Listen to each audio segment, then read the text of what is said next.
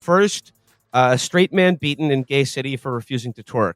Felix, Amber, go. What's going on with this, and what should I know about it? Yeah, so this is 100% true. Any community notes you see that try to imply that there's no such thing as a gay city, that this man wasn't beaten up for refusing to twerk, that's all disinformation from gay cities' traditional enemies, places like Turkey and Indonesia. These have historically been adversaries of gay city, going all the way back to the times of Tamerlane, when Gay City was the last holdout not to be taken by Tamerlane. Gay City is, it's, as we say, it's a land of contrasts. They have like a pretty interesting civil society, but as you see, they have a sort of like Singapore type thing for people who don't twerk. Harsh physical discipline of Yeah, people who don't comply. Yeah, they had sort of like a Lee Kuan Yew type figure who put that in place. There is a travel advisory for people going to Gay City. So, if you're straight, just watch out. I'm not saying don't visit, but definitely take precautions. Now, Felix, when I asked this question, what is Gay City? Where is Gay City? All of the responses I got were, "It's you. You're living in it. You are Gay City." So I'm wondering, like, being in Brooklyn now dubbed Gay City, am I in any danger as a straight man, or should I just comply when people ask me to twerk, or will I be assaulted? It's actually a great honor when people in Gay City ask an outsider to twerk. Yeah, it's a diplomatic gesture. You don't live in Gay City. Gay City is an invite-only city. Now, I haven't read the Gay City news lately. I can't keep up these days. I would have to ask around to know if it's true, but I feel like I would have heard about it right now. We used to have a column in the Gay City Alt Weekly, but unfortunately, it's since been sold off, and it's really more of a just kind of an advertising rag now. I know. I mean, there's no journalism in Gay City, and I think they were the last holdout. But everything's getting bought up. It's big tech. It's everything. There's a lot of good Gay City reporters out there. I don't know where they're going to go. New York Post? Well, okay. Now that we've got that sorted out, the second thing that I'm curious about is, why are J. Cole fans in their feelings? I'm seeing a lot of those. I'm seeing a lot of J. Cole fans saying that J. Cole has taken an L and that they're in their feelings about it. I don't know what's going on with Mr. J. Cole. Felix, you're sort of my sort of go-to for the current day music scene. What's going on with J. Cole and his fans? Well, okay, so do you know how Kendrick Lamar, we're living in the long 2014, so this is just like sort of what happened with Control all over again, right?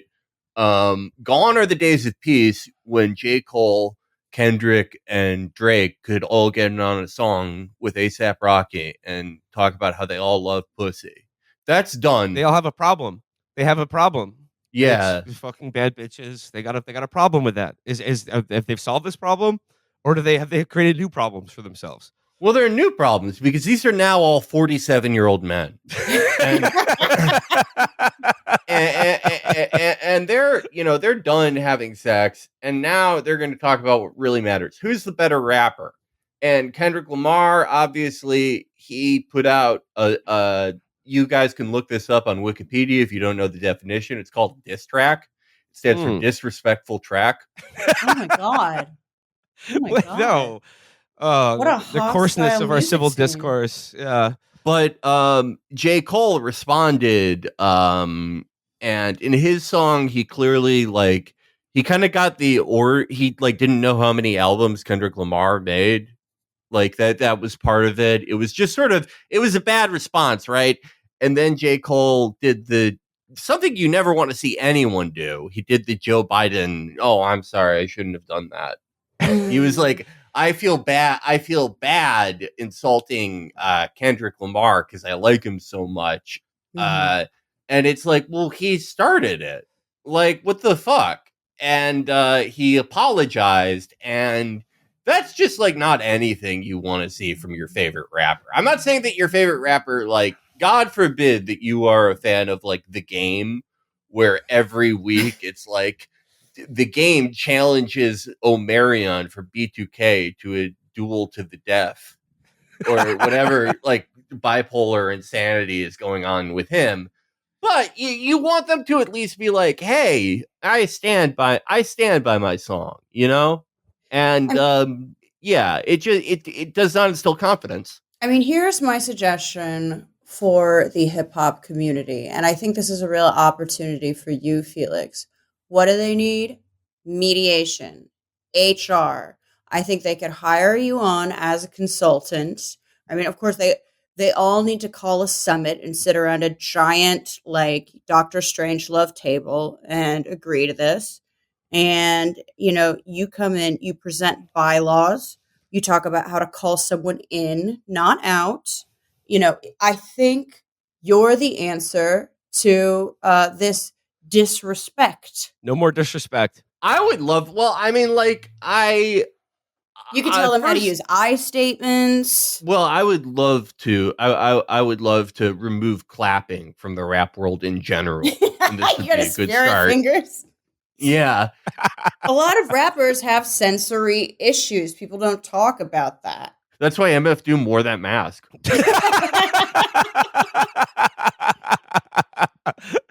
Yeah, well, I guess the rap music has changed. I mean, like, I think just the disrespect has come to a boiling point, and I applaud J. Cole for his apology for being disrespectful. I will just say, gone are the days in which 50 Cent wouldn't do a diss song. He would just release a video recording of your mother sleeping in her bed at night. Yeah, 50 Cent. Yeah, 50 Cent. Like, whenever the thing with Rick Ross was like insane, he just bypassed making any song and was like, "Here's a video of me fucking like the mother of 3 of your kids." Yeah, 50. No, nobody did dissing. Nobody took dissing like 50 Cent did. But I don't know. I think a lot of the old heads will be like, no, we want more disrespect in rap music. Let's take it back to the old days. But I think we're turning a corner here. I think maybe the eclipse has something to do with it. But we're entering an era of no disrespect in music, and I like to see that continue. Now that I've got that cleared up, I would like to talk about something that we did not address on last week's show, but it has been sort of a, I don't know, like it's been described as a turning point in the Israel-Gaza war. I'm talking about the triple tap of the Jose Andres aid convoy in Gaza, the killing of 7 aid workers, including an American citizen. And like this has been, like I said, it's been sort of framed as a turning point, at least in the media management of the war. I don't know if this is a turning point in terms of policy. I mean, like, they seem to have opened up another border crossing to get aid trucks in, but like this does seem to be mostly symbolic. But then you have people like Nancy Pelosi signing on to like to say that, hey, we have to cut off military aid to Israel. But I was just like trying to understand all of this, and I'd like to share. There was an article in the Financial Times by Edward Luce that I thought really did a brilliant job of sort of capturing why this moment is different, and why people in Washington feel differently about the killing of these 7 people as opposed to tens, if not hundreds of thousands of others. So this is from the Israel's Jose Andres problem. This is by Edward Luce, writing in the Financial Times. The subhead is, "Will the killing of 7 World Central Kitchen workers prompt Biden to take action against Netanyahu's government?" It begins like this. "One of the few high points for me of Washington's grim pandemic lockdown in 2002 was a lunch with the FT that I did with Jose Andres. Because of the rules, we had to do it on Zoom, but even that had its upside. The Spanish chef and world-renowned humanitarian was eating at one of his outlets in Virginia Beach. I was sitting in my home office with Mexican food from one of his pop-up restaurants. At the end of our session, I asked what his greeting and goodbye rule was during the age of coronavirus. At the time, people were annoyingly clinking elbows, which struck me as precisely the wrong sneeze-ridden part of the body to be using. Andre stood up, straightened himself out, stared into the camera, then pounded his barrel chest, shouting, 'I give you my heart. I give you my heart.' From almost anyone else, Andre's theatrical gesture would have come across as contrived. From him, however, it was utterly sincere. Very few people give their hearts to the extent that Andres does. I have been thinking about him, as have so many others, after 7 of his colleagues, what he calls angels, were killed in 3 Israeli drone strikes earlier this week. Since last October, Andres' World Kitchen has supplied 43 million meals to Palestinians trapped in that enclave, which is almost 20 meals per person. I don't have a complete list, but I would not be surprised if this exceeds all other non-governmental organizations combined. Either way, it's a safe bet that only UNRWA, boycotted by Israel and now the U.S., would have supplied more food to the Gaza Strip than the World Central Kitchen.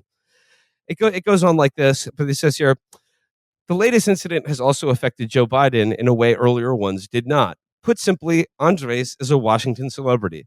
He was one of the pioneers of high-quality restaurants in the early 1990s, in a Washington that had a well-deserved reputation for dowdy food.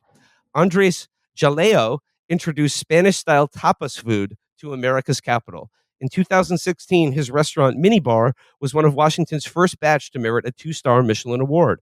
Among others, Nancy Pelosi, the former U.S. Speaker, has nominated him for a Nobel Peace Prize. When I spoke to Andres during the pandemic, he was keeping dozens of local restaurants alive by ordering food deliveries from them to supply homeless shelters, hospital staff, and other essential workers. So I was just very taken by that description of like, why does this matter now? It's because he introduced tapas to Washington, D.C., and you don't kill someone or you don't kill the friends of someone who operates Minibar and Jaleo in Washington, D.C., a city mostly known for bad food. Well, I mean, before then, you have to understand they were eating the food of the founding fathers, of the Puritans, and of like, I don't know, like whatever weird warm sushi they ate in the movie Wall Street. Like there, it was like pureed turnips and shit.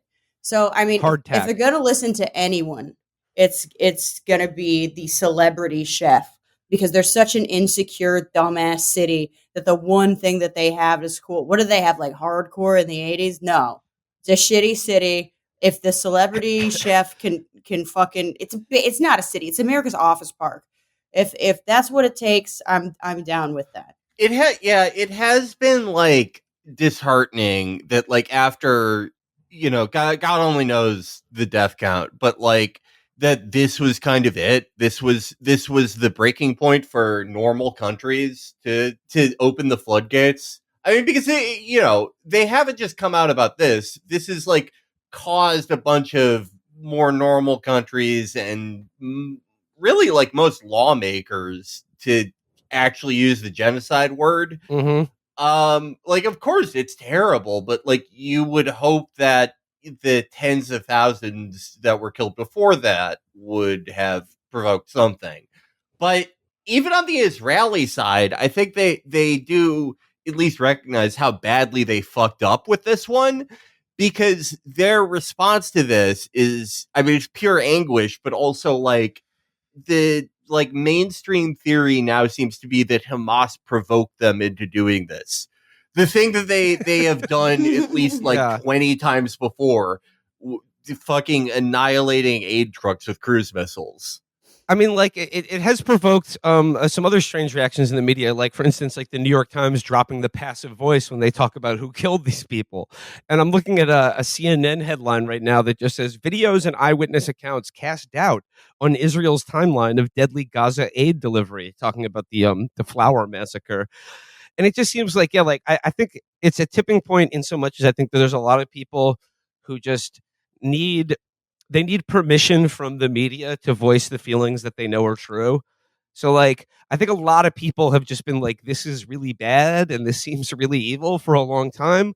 But like, I think they need for sensible people, they need the data to comport with like their opinion. So like now that the data's come in and Israel kills aid workers seemingly on purpose, they can say, oh, now maybe we should consider cutting off military aid. Or like Elizabeth Warren comes out and says, I think what's happening in Gaza will be remembered as a genocide, even after she voted to cut off aid to UNRWA. But like, it does seems like there's sort of like, not again in policy, because I haven't heard much from the Biden administration about this. And like, it seems like Israel is still going to attack Rafah, and they're still going to basically try to, prevent. Sorry, was that Amber? I was just saying, I mean, like, as much as I hope it's a sea change, like 4 days ago, I was looking at the FT and headline, Israel details, quote, grave mistake in killing of 7 Gaza aid workers. Military says 2 officers dismissed over strikes on World Central Kitchen vehicles. So I don't know. I'm not a huge optimist about it. Maybe if we got more chefs, maybe we need more luxury chefs. Maybe that's the army we need. I think it's a good sign that these horrible lib morons are finally feeling some pressure. But I mean, what is that going to amount to?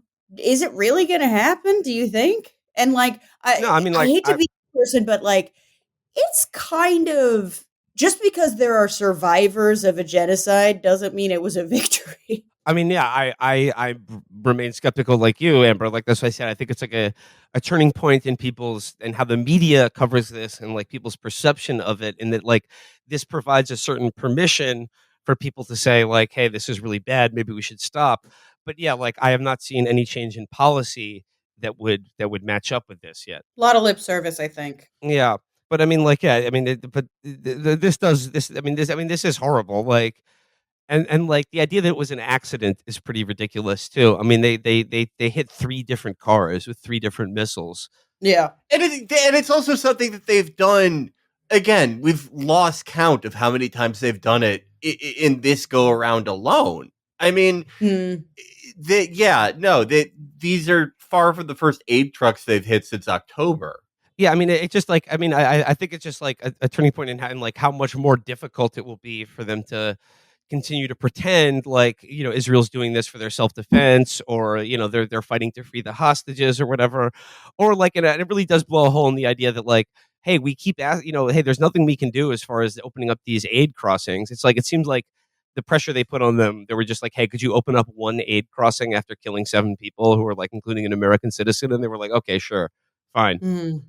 And then they got that done pretty quickly. But like, the point is that like all the aid crossings should be open, and like all the military aid needs to stop now, like yesterday. So yeah, moving on from the aid convoy disaster for Israel. Here's a story from local, from sort of state politics and involving a Senate race, and this is a good story for us because it involves one of our favorite topics: Navy SEALs lying. Headline: Montana GOP Senate candidate says he lied to Ranger about gunshot wound in 2015. Tim Sheehy, a charismatic former Navy SEAL who was the Republican. I don't think you're allowed to say that anymore. That's rude.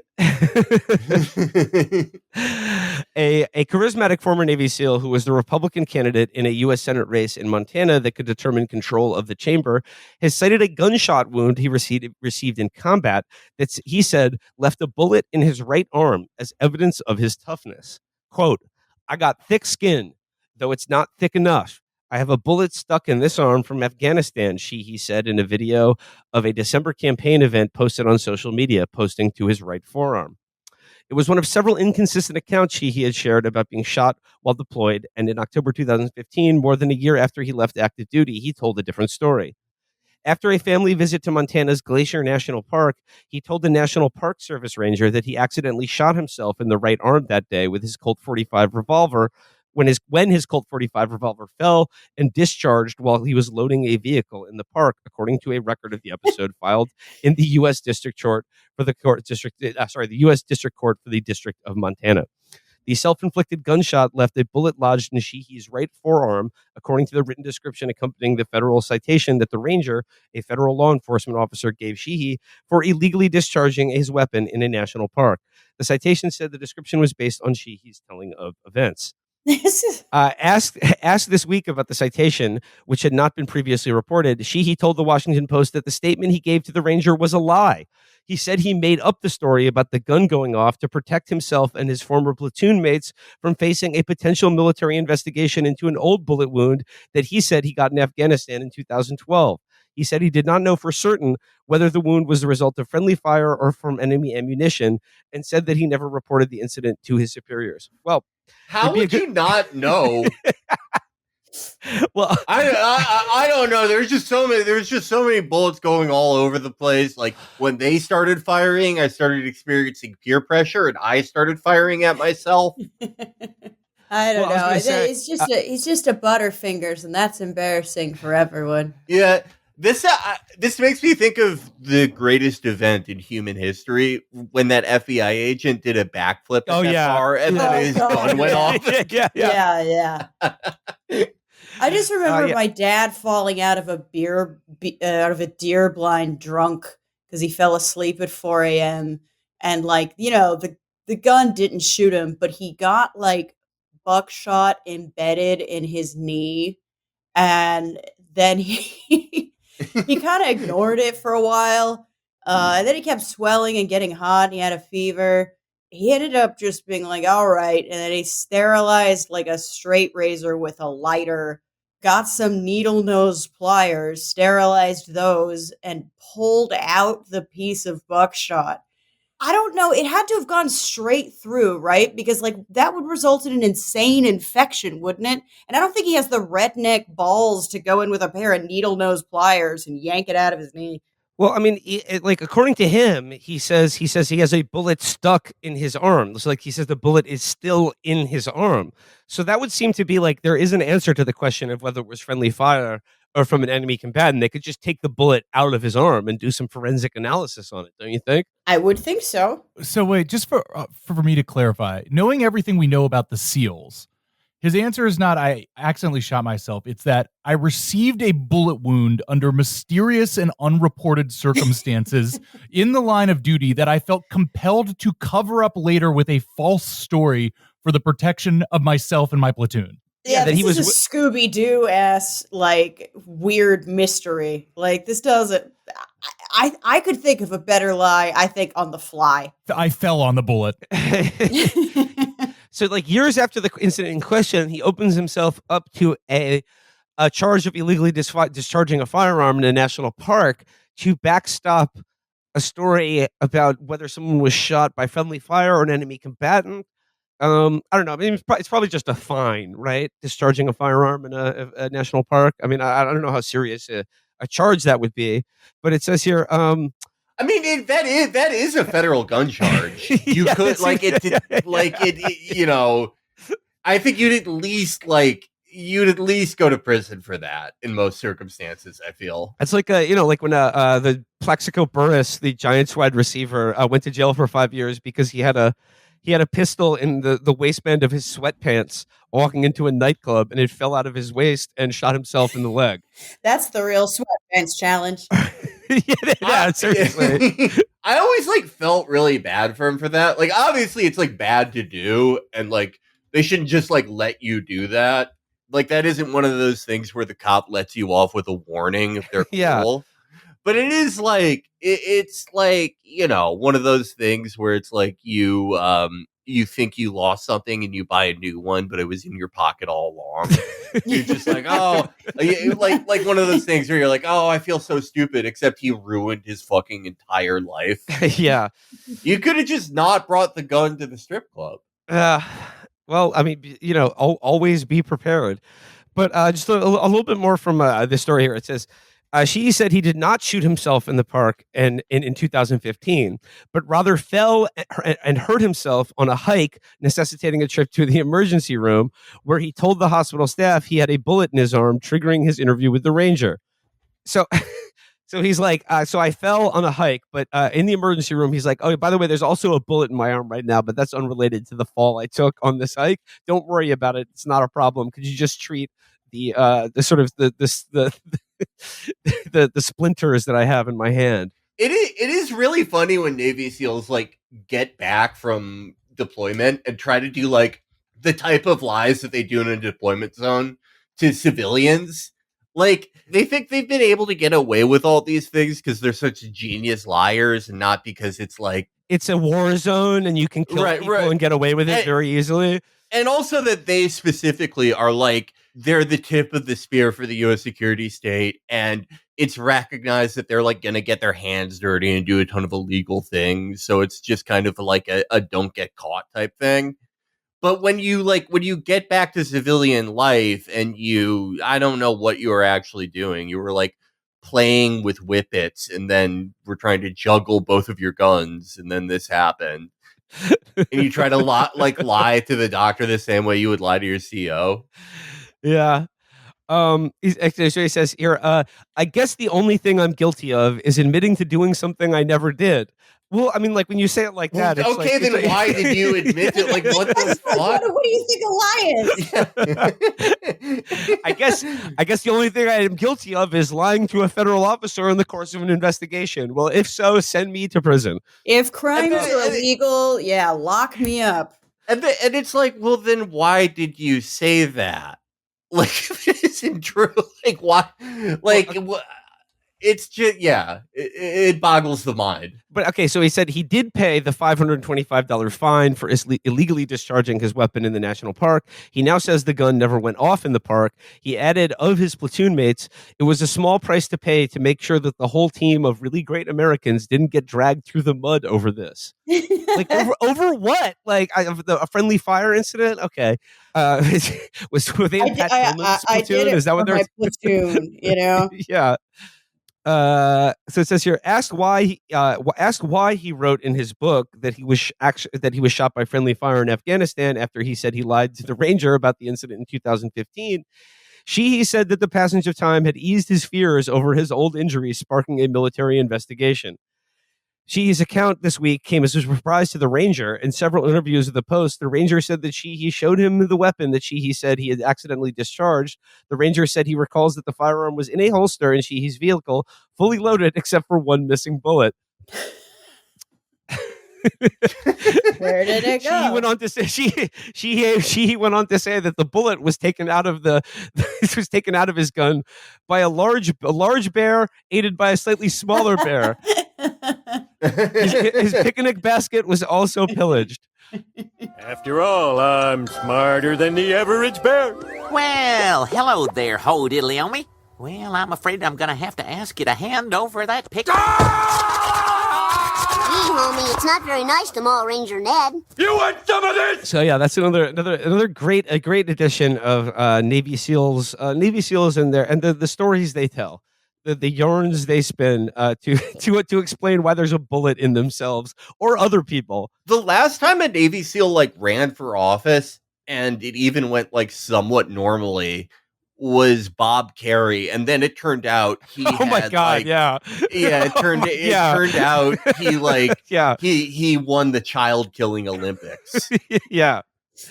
But everyone since then, like, they can't even make it through the primary without like an insane lie coming out. You would figure that being a Navy SEAL in Republican politics would be like, like being the only guy who's 6'3" in high school or something. You're playing on easy mode. Yeah. But no. So moving on to a story from across the pond. So we haven't checked in the UK in a while. Are you guys aware that there is a massive honeypot / spear phishing scandal going on in the UK involving many MPs being catfished by essentially WhatsApp messages and them sending their dicks, and then people think it's China or something. I don't know. There's some naughty lads over there in the UK, and I just want to check in on this story for a second. This is 7 takeaways from Westminster's honey trap sex photos scandal. It says here only 7. Yeah. British politics has been unsettled by talk of honey traps and blackmail after more than a dozen men in UK politics were sent flirtatious messages on WhatsApp. I want to see these flirtatious messages. They're like, "Oh, you want to see my knickers, governor?" Like, what is flirting for these people? It goes, "Hello, love. I'll have a little bit of that if you don't mind." The messages from 2 suspicious mobile numbers to MPs, aides, and journalists revealed by Politico Wednesday escalated in several cases to the sender sharing explicit images. In at least one case, a target reciprocated. Police are investigating, and the House of Commons Speaker has urged MPs to come forward if they've received similar messages. Politico rounds up 7 key points we've learned about the suspected spear phishing attack, a personalized form of phishing meant to gather compromising information on a victim. So, number 1, there is a telltale modus operandi. All the suspicious messages on WhatsApp were from one of 2 mobile numbers by users calling themselves alternatively Abby or Charlie. intended to start the same way. The sender claims to have met the recipient at a recent political event or venue, such as Westminster, the Westminster Bar, a party conference, or on a local by-election campaign. The sender then typically voices faux embarrassment at not being remembered by their target. In several previous cases, the sender... That's easy. People are like, oh no, I totally remember you. I had a friend who worked in a fucking like a geriatric ward, and she said that one of the things that really annoyed her about portrayals of dementia on TV was that people never say, "Who are you?" Even when like they have dementia, they just lie and do what we all do. Yeah. And they're like, Yeah. yeah, totally. Yeah. What's up? How have you been? That's like 90% of the people I meet. That's like, even when you are literally losing your marbles, you hold on to that shame and embarrassment of not being able to remember someone. You're that kid in the house I used to live in. You were there all the time. What's up? How you doing these days? But I think that's kind of brilliant though, like, because it's just like to sort of like immediately put someone on their back foot, just be like, oh, you don't remember me? And then you feel like, I don't know, guilty in some way. So you're like, oh yeah, of course, Abby. I remember seeing you at Westminster by Hudson. Yeah, it's especially smart to do with like, sort of posh British people. Yeah, absolutely. I assume Britain is one of those countries where if you forget someone who is like an acquaintance, you have to kill yourself. Probably. It's like Sengoku era Japan. Yeah, I mean they are European Japan, imperialist island nation, love gardens and tea, pedophiles. Wow, wait, but they don't love ritualized suicide. I mean, like I remember was it the bridge on the River Kwai? The Japanese colonel says to Alec Guinness as he's torturing him, he says, "I hate the British. You have pride but no shame." I mean, there's definitely some distinctions there, but like, they're cousins, if not brothers. Yeah, they're cousins. Like the Japanese have so much of their own stuff, and like, I'm a big Japan guy, obviously, but like I could not live my life as a one of the Japanese guys from one of my movies. No. Like all their houses are too clean. Everything's too organized. We don't have that kind of discipline. We don't have that kind of like, you got to be raised in that. Yeah, it's like the stuff, at least I don't think normal Japanese guys are like this, but like, a Yakuza guy or a samurai, the guys from my movies, right? Yeah. Mm-hmm. Stories. The stuff they kill themselves over is insane. Like, if you're a samurai or a Yakuza guy and you're flying to the same destination with your friend and you upgrade your seat and he doesn't, both of you have to kill yourselves. Like, I would have had to kill myself 378 times if I was in the Yakuza by now.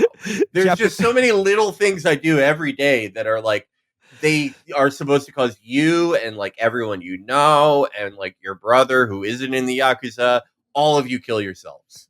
Yeah, And I mean, I think things. like they watched Throne of Blood, and it's like, an adaptation of Macbeth, which again, there's parallels, but the audience response must have been very different. They're like, yeah, that's normal. Like, that's a good wife. Like, she's really supportive. Japanese remake of Curb Your Enthusiasm lasts only one episode after Larry David's son commits suicide. And it's 6 minutes long. Yeah. Felix, Amber, by the way, I mean, as long as you're talking about Felix, Amber, are either of you watching Shogun? No, but I totally will. I need a new show. I think I'm gonna try it. I was excited to see it, but then I saw they did this is happening, but in period accurate dialogue. And it tampered my enthusiasm for it. Maybe the entire show isn't like that. I don't know. I haven't seen it, but for me, it's either going to be that or Reacher. Like those are going to be my. Reacher's solid. Reacher's solid. I think I might get into Reacher. Yeah, you should. You should read the books too. Wait, what? Yeah, you should read the books. There are books? Are you there's like 40 Reacher books. Lee Child. Yeah, it's like fun, easy reading. Club? Yeah, it is. Yeah, it's like yeah. The Jack Reacher books are like Beverly Cleary for men. Yeah, they roll. They're really good. Ramona Reacher. I love that. It's about like just the biggest guy ever goes from town to town, like beating the shit out of people, but like bad people. Yeah, like that's if what there I are want. bad people, if there are bad people in your area, like extorting and intimidating people, killing people, you better hope Reacher doesn't come to town. If you're one of them, if you're one of the bad guys, oh boy, it's not going to go well for you. It's gonna go pretty hard. It seems like a cousin, like, speaking of things that are related but not entirely similar, it seems like a cousin to Banshee. It's not like Reacher is not as like gonzo and insane as Banshee, right? But it has the same fun, like, violence. Let's put it that way. I think it's the difference between like the over 45s and the under 40s, and the overlap for Reacher and Banshee is like 40 to 45. Like the big pitch I saw through some sort of video was like, do you not get along with your dad? Do you need something to talk about with your dad? Watch Reacher. The whole thing is that like he's really big. I don't want to butcher this guy's video, but he's really big, and people try and get him, but like he's too big. He's too big. Reacher is like, it's one of those things where it's like, I'm sad that my dad didn't get to see it. It was this exact type of thing. Like a 60-year-old man, that is their favorite type of show. Like a thing where it's just like a traveling super soldier who can kill anyone. And they're like, this isn't stupid. See, the thing about Reacher is that he is he's a man beast. He's a man giant, but he's also one of the most skilled investigators in America. He's a genius detective in addition to someone who could crush your head like a grape with one hand. That is my favorite type of character. Like the guy who can beat the shit out of everyone, one-man army, can take out 20 guys with guns, but he's like, oh, also, I'm a PhD level like biochemist. just from like going to the library. Yeah, it's like the dude on the Mayans who's like, a biker thug, but also has a photographic memory, like Sherlock Holmes. That was one of the greatest characters. That was so fucking funny. That was though that during the Savant years when like that the male version was like every show was about or had a savant, and every female show was about a woman that like solved crimes with ghosts. Yeah. Oh, have you been watching Medium with Patricia Arquette? Well, there's the one with Jennifer Love Hewitt. Ghost, yeah. Ghost Whisperer, was that it? Ghost Whisperer? I don't know. I feel like there were 90 of those and 90 autistic man shows, and it was a war of the sexes, really. Ghosts versus autism.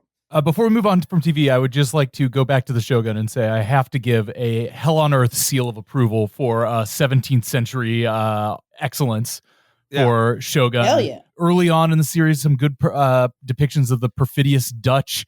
Excellent in the first episode, interrogations of various inter-Christian disputes. And in, I think, the fourth episode, some of the gnarliest canon violence I have ever seen in any media, really. So, that's a do watch from me. Some guys get turned into just stew. The Dutch don't get enough credit for being absolute freaks. I think my boyfriend said the Dutch are just perverts on bicycles. Yeah. Or in the 17th century on boats. Yeah. They like green transportation and really freaky shit. Yeah, no, but I was going to just to bring back to Shogun for a second. Lord Toranaga is both wise and just. But one of the things I like about feudal Japan is that like you can get a letter delivered in the mail that's just like, yeah, so about that, the Council of Regents is ordering you to kill yourself. So good luck with that, but you better be dead the next time we see you. And then like there's a scene where like they're having dinner and someone's uncle takes great pleasure in giving his nephew a letter that orders him to kill himself by slitting his fucking stomach open. And then he's reaching for the letter, and then his dad is like, "Don't take it! Don't accept the letter! Let it drop! If you accept the letter, then you have to kill yourself." Yeah, that is very Uncle Dark. That's wrong. We don't believe in that shit here. What Well, we got pretty far afield from the British spearfishing honeypot scandal, but there's a few more interesting things to share from this case. It says here, in several cases, the sender uses near identical language, claiming they and their target previously had a little flirt, and quickly escalates to sending an explicit photo. When the target, in most cases, goes silent, the sender pesters them over several days to elicit a response. In one case, the sender messaged, "Say something. Hey, I'm really sorry. And much planned for the long weekend?" I mean, like, this is sort of like similar to putting someone on the back foot by pretending that you saw them at some event and just being like, "Oh, you don't remember me?" Then you send them nudes, and then like you're just like, "Well, I sent you my nude. Where's yours? Where's the follow up?" I mean, like, if you think about it, think about how drunk the British are. Like, you Yeah. know, the whole, like, the vilification about the Irish about drinking. The Irish just drink like Europeans. They're just a little drunk all the time.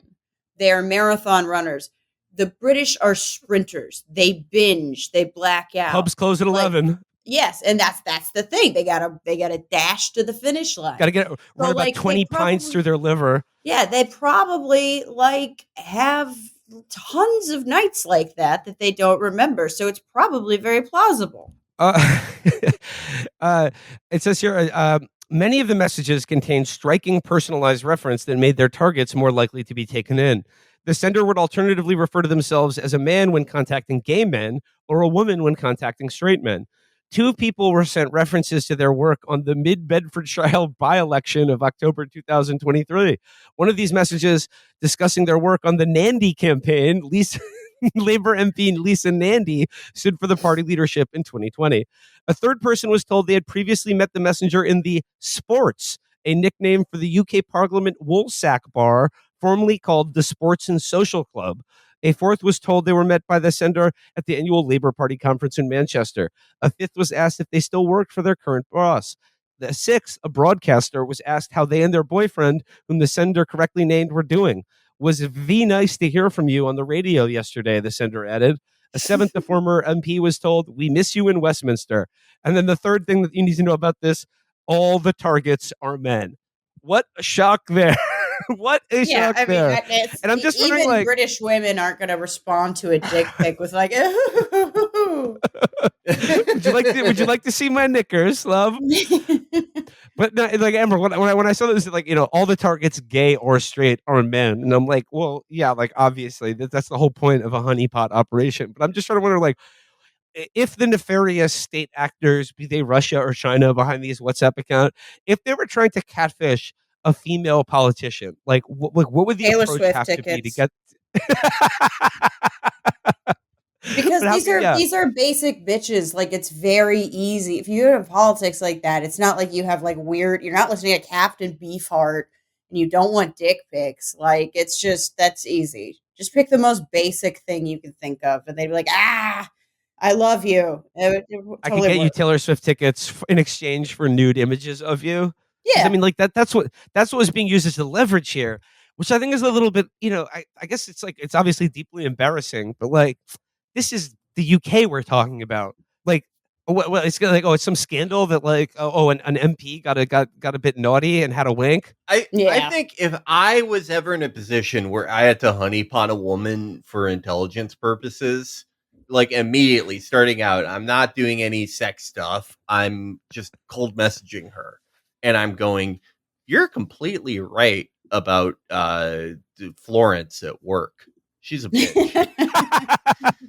Felix, They I just- do need to turn up the thermostat. Felix, I literally, like, a shiver ran up my spine when you said on this show, quote, "If I ever have to honeypot a woman for intelligence purposes," because I know of at least 3 or 4 women who listen to this show who have now received that transmission and are in a car on their way to your house right now. Ladies, if you're any of these 3 or 4 wonderful gals, if you come to my house with a gun, let me have it.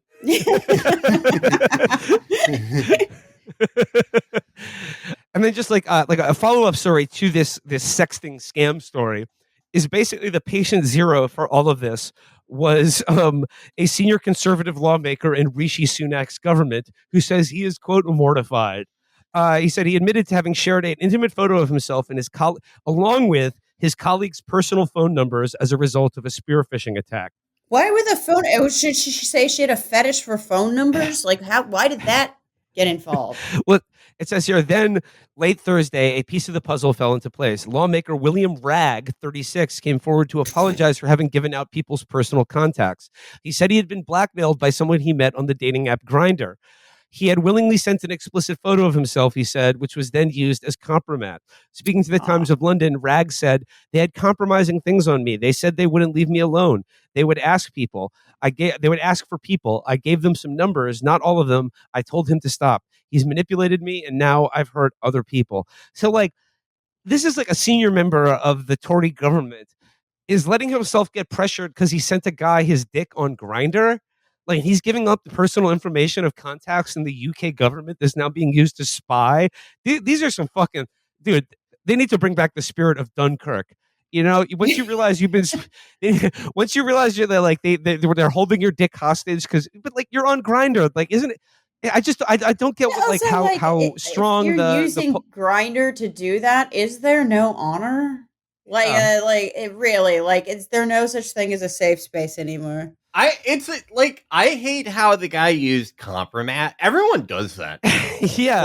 Like, oh, no one ever like blackmailed each other with, you know, the worst 50-year-old man nudes ever until Russia came along in 2015. Maybe compromat if they had, you know, like a photo of him sacrificing a child in the Tower of London. But it was just like, come on, this is just what people do now. They send their dicks to each other on the internet. It's like, I don't know, maybe the guy has a wife and kid, but once again, this is the UK we're talking about. They probably get spanked by each other at like official state events and stuff like that. This is like, I just think these guys seem really weak to me. They're like, these are weak. These are, you know, like someone's telling, you know, like someone's telling, you know what I mean? Like these ops are, they got you too easy. Also, if everyone's junk is out, like, why do you care? It would be way worse if there was just like 3 people who got. But it sounds like it sounds like there's a wanker's row of all these guys. Like, weren't these guys doing all this shit at boarding school? I mean, like, I don't get what, like, they're like, oh, it'd be so embarrassing if someone knew what my dick looked like. It's like, well, you know, I mean, like, there are worse things that can happen. Oh, maybe it's a fetish. Maybe they want it to be, maybe like, oh, I don't want, you know, like, they can't just straight up be flashers, you know, but like they probably are like into that and they found a way around. You know what? I'm calling it inside job. They're all just like, I want my nudes to leak. That would really get my jollies off. So they just all coordinated and leaked their own nudes. It's been done before. Well, now they're blaming it on China.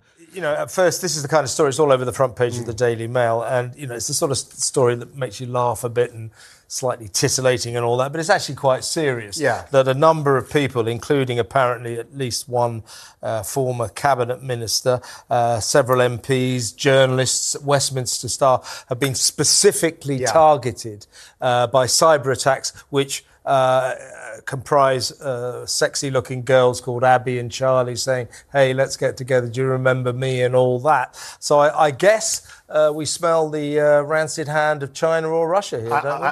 I think we do. Moving on to the last story of the day. This is a follow-up on a story I know we covered a while back on the show, but I would just like to share with everyone now a very humorous account of Kanye West's Donda Academy that Rolling Stone turned in. Headline, Kanye West wanted to cage Donda students and threatened to punch staffer.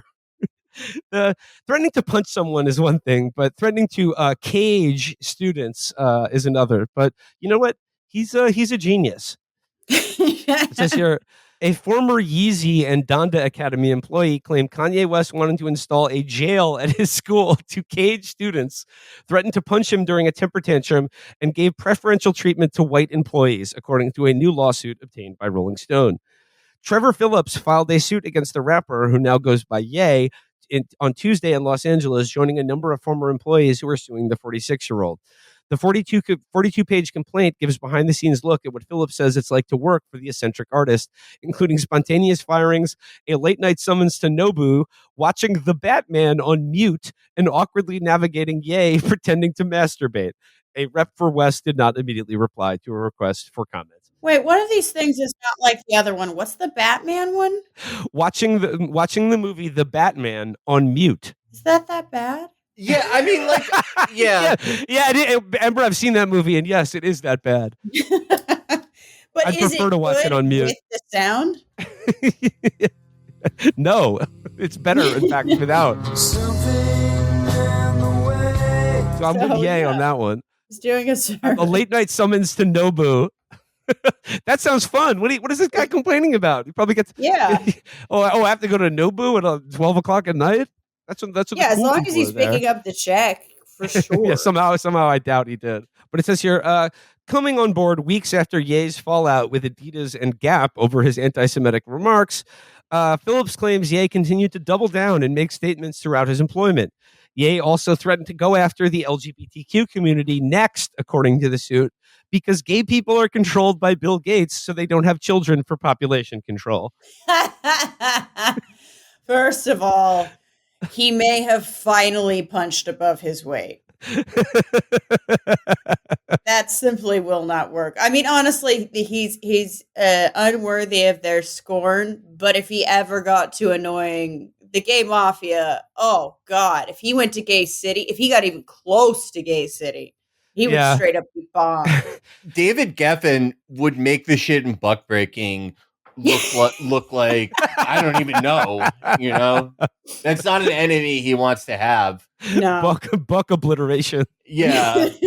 I just like the idea that Bill Gates is in control of the gay community. I mean, if that's the case, they need to start dressing him better. Am I right? Have you seen? Yeah.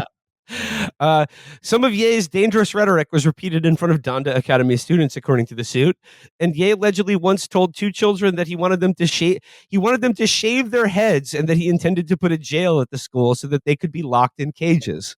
Maybe he's trying to find the next Dalai Lama. This really proves how annoying he is, because it's like he should have been invited to those Diddy parties where you are locking children in cages and all that stuff. But like, he's clearly likes to do that. But even Diddy was like, no, he's too annoying. Yeah, and I think, I don't know, there's something about his, like, shall we say, vibe that is so off-putting. You're actually kind of impressed that he's had this many collabs that didn't blow up over like an anti-Semitism scandal. And I think people, every time they're like, we need to have a talk about mental health, it's like, okay, well, sometimes it looks like that guy. That's the most annoying guy. Like, mental health isn't always like, I have anxiety. Sometimes it's just being clinically fucking annoying. Yeah, it's completely that. And it's not always like a resources problem. Oftentimes it is, but like sometimes someone it's has having too many resources. Yeah. I like the detail about, quote, wanting to shave students' heads, like what he's like in the Dutch Resistance and World War II just ended, except instead of sleeping with Nazis, it's like listening to Drake. Phillips says he was hired in November 2022 to work for the fashion line Yeezy around a month after the rapper paraded a White Lives Matter shirt down the runway at his brand's Paris Fashion Week show. So once again, with this guy, it's sort of like, you know, we've talked about this a lot on the show, like the classic Amy Klobuchar staffer story, where it's just like, I don't really have any sympathy because he's making clear that I chose to work for this crazy person after he said, I love Hitler to the entire planet. Yeah, it's not like this was Kanye in like 2008. This was Kanye after he was like, Hitler invented the microphone. When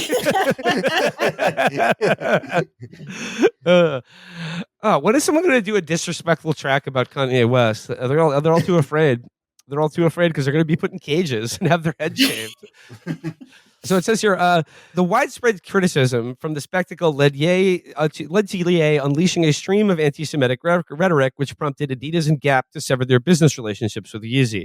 Phillips' role in what Ye dubbed the vertically integrated crew was now to oversee projects related to growing cotton and other plants to use as materials for Yeezy products.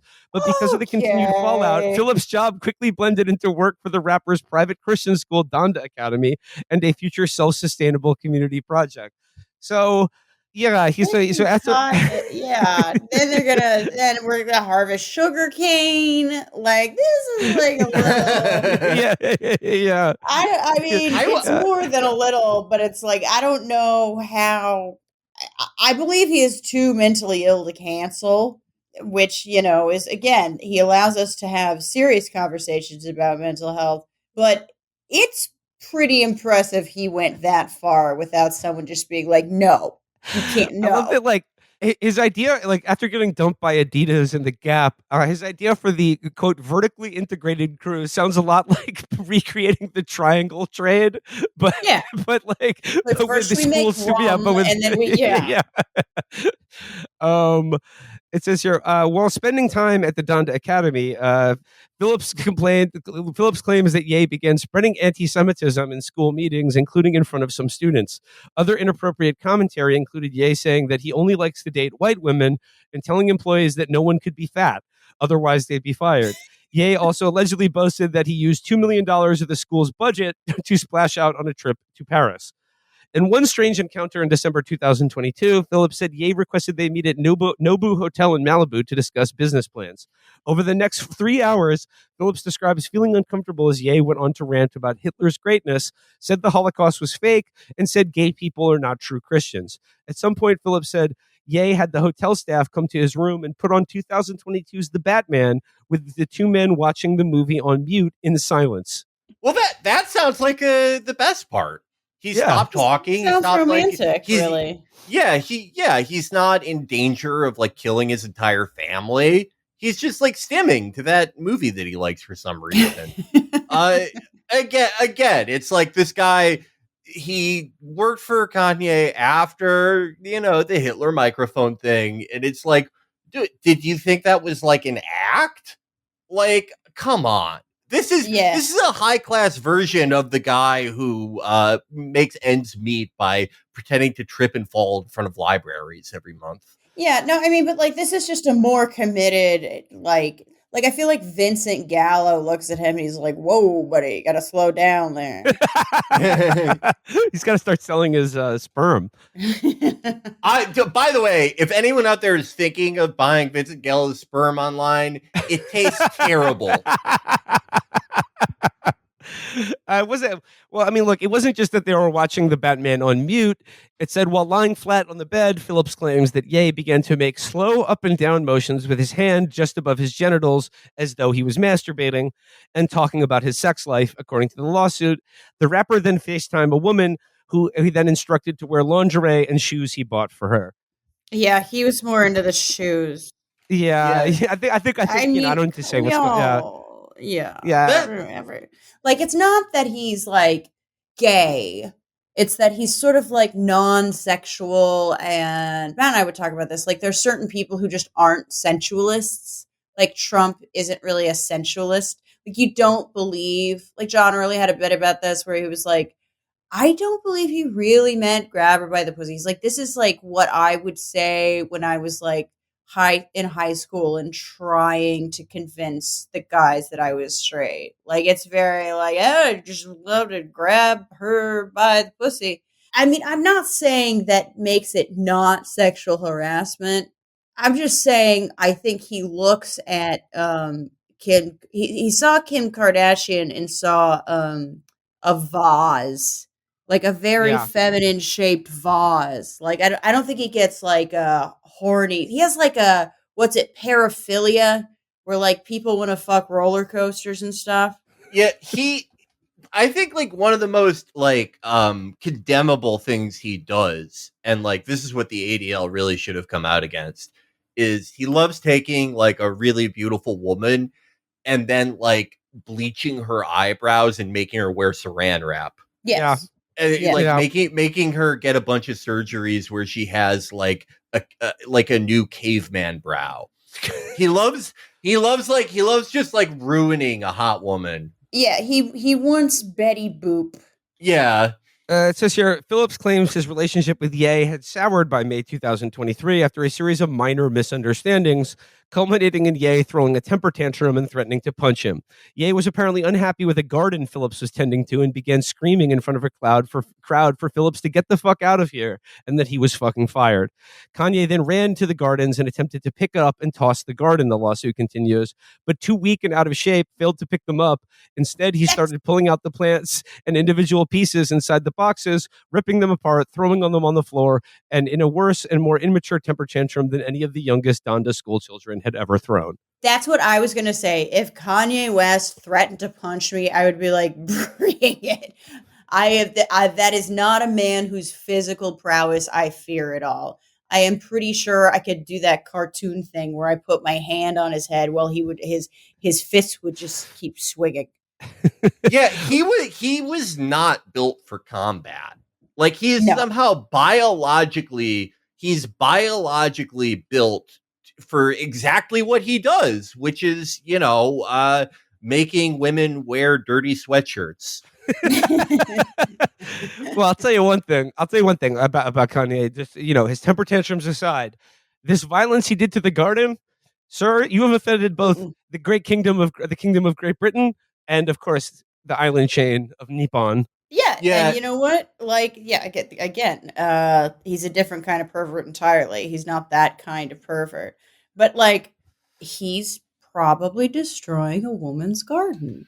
And as we know, that's a pattern of misogyny. Oh, yeah, I remember that.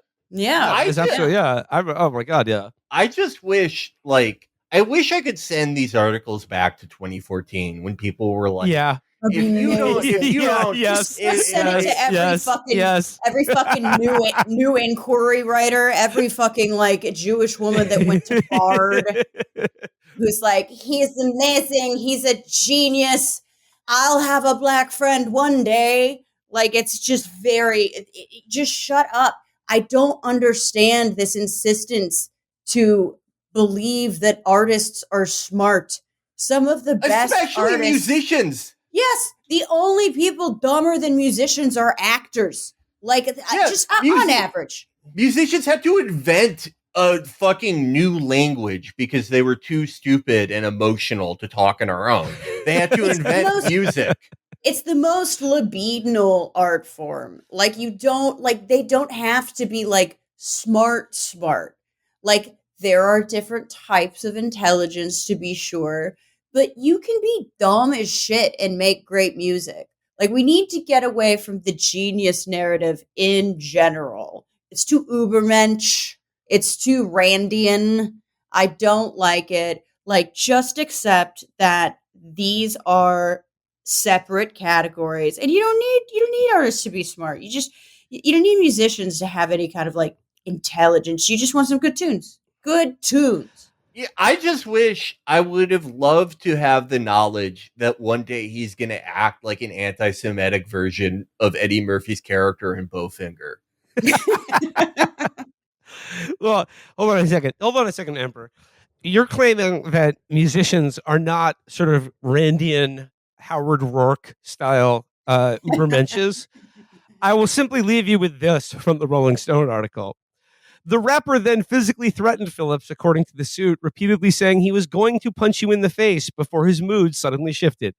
Imitating the celebratory dance of Mario from the famous video game Super Mario Brothers, the suit claims Kanye jumped up with punching one fist into the air while he said, "I'm going to give you one more chance, another life." He's going to... Case closed. Next Kanye fashion collab, if he can find anyone who will deal with him, and he probably will because fashion designers are stupid too. Tanuki suits. It's going to be fucking Tanuki suits. It's better than the fucking garbage bags I see him wearing every time I see him walking around these days. What is up with that? He's wearing these big goofy boots and a garbage bag everywhere, like he's trying to steal Amazon packages from people with Ring cameras. That's always been his fashion stuff, though. He's always dressed ever since he got into fashion, he's always dressed and had people dressed like Dennis Leary and Demolition Man.